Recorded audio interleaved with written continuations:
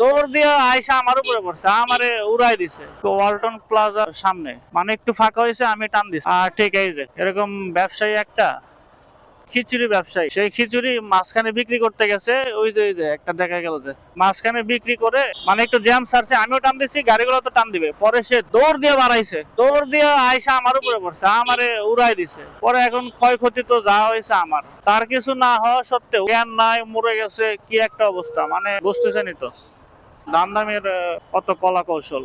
পরে সে কথা নাই বলি, অজানাই থাক। তবে মেন কথা হইলো আপনি এগুলোতে একটু সাবধানে যাবেন। এই জন্যই মাঝখান থেকে যে কেউ দৌড় দিয়ে এসে উড়িয়ে দিতে পারে, জ্যামগুলোতে একটু সতর্ক অবলম্বন করতে হবে। এটা আমার নিজের অভিজ্ঞতা থেকে বলা। আমি আসলে শিখছি কোথায়, ঠেকছি যেখানে, সেখানেই শিখছি। আমাকে ব্যবসায়ীটা উড়িয়ে দিয়েছে, সেখান থেকে আমার আসলে শেখা। এটা কি, এটা তো অনেক সুন্দর। মাত্র শফিপুর আসছি, আচ্ছা আলহামদুলিল্লাহ, প্যারা নাই, আস্তে আস্তে যাই। সুস্থ সবল ভাবে সবাই বাসায় যাক, আস্তে আস্তে যাক, সময় একটু বেশি লাগলেও সুস্থ সুন্দর ভাবে বাসায় যাক, এটাই কাম। সবার জন্য শুভকামনা, অগ্রিম ঈদ মোবারক।